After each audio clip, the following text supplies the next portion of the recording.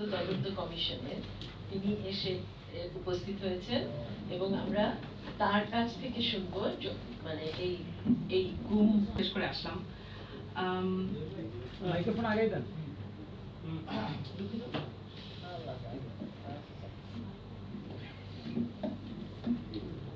এরকমের একটা স্পেস পাওয়া যাচ্ছে যেখানে এই ধরনের কথা বলা যাচ্ছে, এখানে আপনাদের অবদান অনেক বছর ধরে আছে, এটা ইটস নট নিউ অ্যারাইভাল, এবং সেটার জন্য আপনাদের অনেক ধন্যবাদ প্রাপ্য। গুম কমিশনের আপডেট জানতে চাচ্ছেন।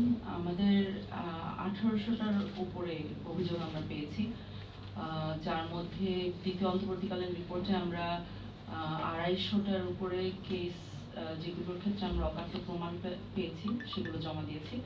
এখানে আমাদের দ্বিতীয় রিপোর্টটার মূল উদ্দেশ্য ছিল যে আওয়ামী লীগ একটা কালচার অফ ডিনায়াল তৈরি করছে এবং এনকারেজ করছে, যেখানে জেনুইনলি মানুষ জিজ্ঞেস করে আয়নাঘর কি আদৌ ছিল, আদৌ কি মানুষ গুম হয়েছে, হয়তো মানে যেসব পয়েন্টগুলো ওরা পূর্বে বলতো যে না এখানে আসলে কেউ গুম হয়নি, বউয়ের সাথে ঝগড়া হয়ে দ্বিতীয় বিয়ে করে চলে গেছে, এটা অদ্ভুত কথাবার্তা বলতো, সেগুলো আবার এমনকি শিক্ষিত মহলে ফেরত আসছে। এটা একটু অবাক কাণ্ড লাগে।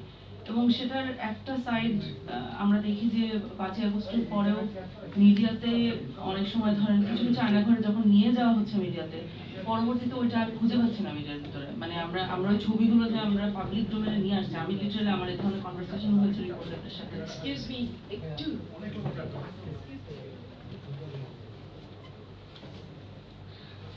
দেখেন, আমাকে তো ওই জায়গাটা যে এক্সিস্ট করে এটা পাবলিক ডোমেনে আমরা নিয়ে এসেছি, আমরা নিয়ে গিয়েছি আপনাদেরকে দেখিয়েছি, প্রধান উপদেষ্টার সাথে গিয়েছেন। তো এই ছবিগুলো কোথায় আপলোডেড, আমরা সেটা ধরেন অন্য কোনো একটা কাজে ব্যবহার করবো, কাউকে দিব, ছবিগুলো আর খুঁজে পাওয়া যাচ্ছে না। খুঁজে পাওয়া যাবে না কেন, না পাওয়া যাওয়ার কি আছে? 5ই আগস্ট হয়ে গিয়েছে, এখন তার এই গল্প কাকে চাকানি বলে লাভ নেই। কিন্তু জেনুইনলি এই প্রবলেমটা আমরা ফেস করছি। হ্যাকাররা নামিয়ে নিচ্ছে না না না, স্বেচ্ছায় নেমে যাচ্ছে। It is surprising. এখন যে এই কালচার অফ ডিনায়ালটা কিভাবে ব্রেক করবে এটা নিয়ে আমাদের মধ্যে অনেক দুশ্চিন্তা ছিল, যে যখন সোসাইটির সব জায়গা থেকে একটা বাধা আসতে থাকে, একটা হেজিটেশন, যে আপনি পুলিশ সম্পর্কে কথা বলবেন, গোয়েন্দা বাহিনী সম্পর্কে কথা বলবেন, এই হেজিটেশনটা যেহেতু 5ই আগস্টের পরেও খানিকটা দেখা যাচ্ছে, যদিও অবশ্যই ভাঙা শুরু করেছে, ভয়টা ভাঙা শুরু করেছে, কিন্তু এটা আছে। তখন আমাদের গোল ছিল যে যাতে ভবিষ্যতে কেউ, যে আছে না ইউরোপে আপনারা দেখবেন যে হলোকস্ট ডিনার টাইপের অদ্ভুত এবং খুব মানে নোংরা একটা সাবকালচার ডেভেলপ করে, আমাদের এখানে যাতে এটা ডেভেলপ না করার সুযোগ পায়।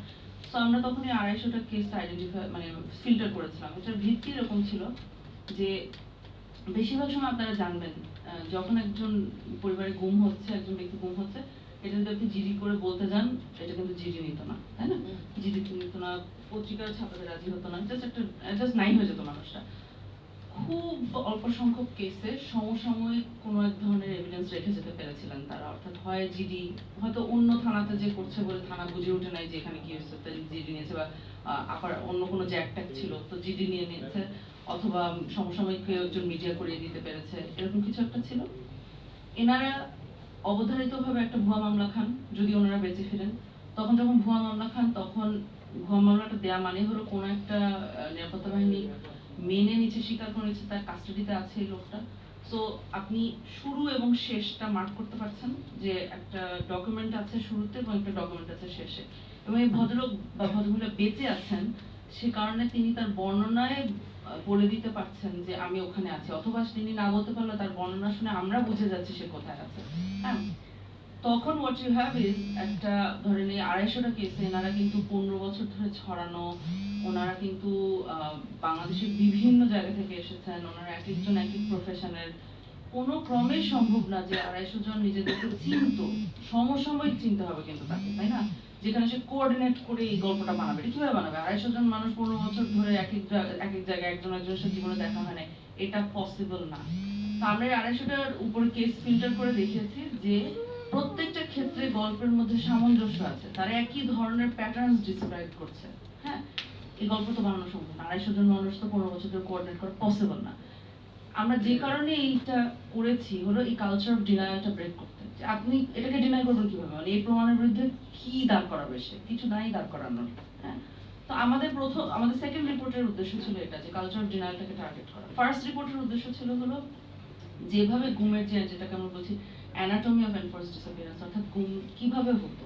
আপনি একজন মানুষকে তুলে নিয়ে যাচ্ছেন, কিভাবে নেবেন, তারপর নেয়ার পরে কোথায় রাখবেন, কি করবেন, তাকে যদি আপনি সিদ্ধান্ত নেন, যেটা হতো যে আপনাকে ওনারা নেয়ার পরে একটা পর্যায়ে সিদ্ধান্ত নিত যে একটা মানুষ বাঁচবে কি মারা যাবে। যদি সে মারা যাবে তাহলে তার একটা, আপনারা নারায়ণগঞ্জ 7 খুনের ক্ষেত্রে একটা এক্সাম্পল দেখেছেন, এরকম নানাবিধ মেরে ফেলার একটা ওনাদের পন্থা ছিল। যদি সে বেঁচে যাবে, ঠিক আছে, এই সিদ্ধান্তটা হয়েছে, আর তাহলে আপনি বাঁচাবেন কিভাবে? সে তো আপনার ইলিগাল কাস্টাডিতে আছে তার কাছে, তখন তাকে আপনার লিগাল কাস্টাডিতে শিফট করতে হবে। আদারওয়াইজ মানে কিছু কিছু ক্ষেত্রে অবশ্যই আছে যে জাস্ট রাস্তায় ফেলে দিয়ে আসছে, এগুলো হাতে গোনা কেস। মোস্ট লাইকলি আপনাকে ওনাদের লিগাল কাস্টাডিতে শিফট করবে। তখন লিগাল কাস্টাডিতে শিফট করার দুটো পন্থা আছে যেটা আমরা দেখেছি। একটা হলো যে বাংলাদেশের ক্রিমিনাল জাস্টিস সিস্টেমে ঢুকিয়ে দেওয়া, অর্থাৎ যেটাকে আপনারা দেখবেন ভিকটিমরা বারবার করে বলে মিডিয়া করা, নিয়ে যায়। এখানে অনেক কিছু ঘটে। একটা ভিকটিমের উদাহরণ আমি দিই।